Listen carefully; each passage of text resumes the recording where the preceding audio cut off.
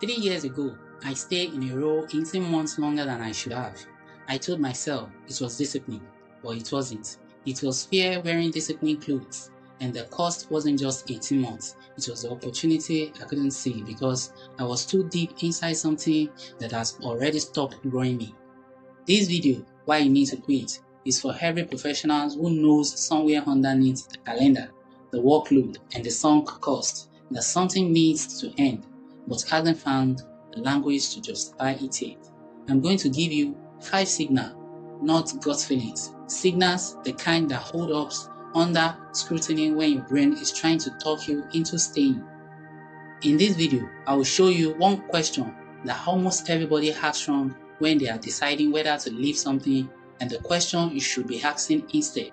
I will tell you what the clearest signal actually looks like and why it has nothing to do with how hard the thing is, and I will give you a framework for setting a deadline that actually means something, so you stop living in the ambiguity of wait and see. Here is what I've got wrong for a long time.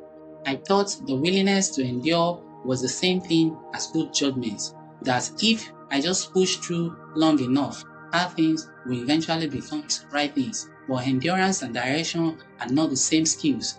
Plenty of people endure impressively in entirely the wrong direction. The question was never, can you stay? The question is, does staying still make sense?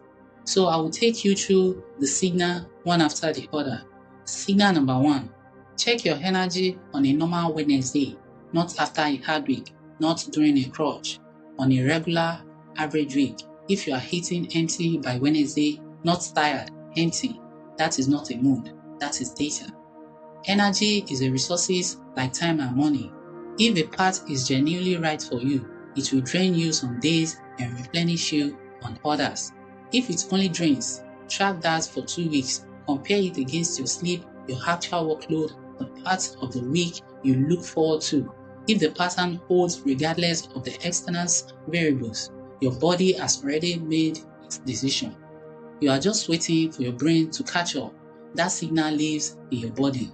The next signal lives in the gap between what you say matters and what you actually do, which brings us to signal number 2. Values misalignment you can feel in your chest. Write 3 core values, the things you actually organize your life around, not the one that sound good at a dining table. Then open your calendar and look at last week, not your intention, your actual time. If there is a consistent, visceral gap between those 2 lists, something has to change, not eventually.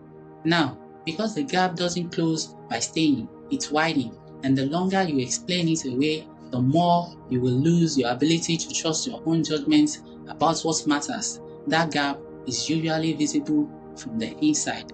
But the next signal is almost impossible to see without someone standing outside it, which brings us to signal number 3. You've stopped asking whether you should be the one solving this. Most people in the wrong situation ask, can I fix this? That is the wrong question. The right question is, should I be the one to fix it? Just because something can be repaired doesn't mean the repair is yours to make. If you are staying because you believe you are the only person who can hold something together, you are almost certainly making a decision based on identity, not logic. The project, the relationship, the team, they existed before you and will continue after. Staying to save something often just delays the inevitable while costing you your time that could have spent somewhere your efforts compound. That one is hard to see when you are in it, which is exactly why the 4th signal requires someone who isn't. Which brings us to the 4th signal. You have no one outside the situation giving you an honest read. When you are deep inside something for long enough, abnormal becomes your baseline.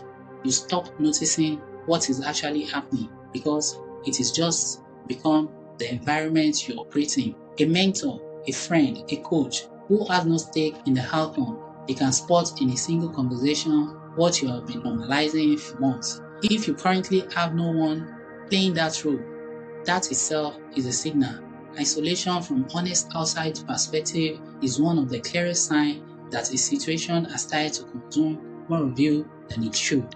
Once you have done the honest audit, the last signal, which is signal number 5, is about what you do with what you find. You are running on wait and see with no defined endpoint.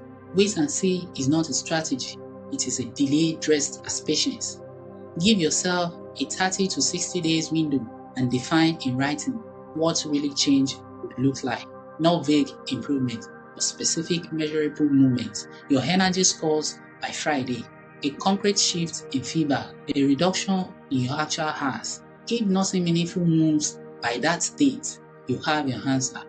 Waiting past a defined endpoint doesn't clarify things, it just makes it harder to leave later because now you have invested even more time into something you have already decided isn't working.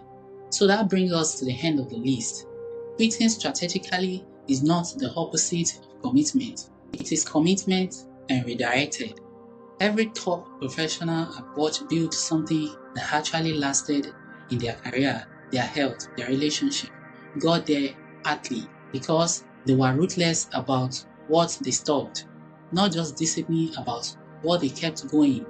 Knowing when to leave is a skill, and like any other skills, it gets easier the more you practice it. The first time you do it with intention, it will feel like the hardest things in the world. Every time after that, you start to trust your own judgment a little more. One of these 5 signals showing up is worth paying attention to. More than one at the same time is your answer. Now, quitting is only one side of this. The other side is knowing what to move towards. My next video covers the 3 circle frameworks that helps you to know what to focus on in order to maximize your influence. If you are in a crossroad right now, that video is logically the next step. Watch it next. I'll see you there.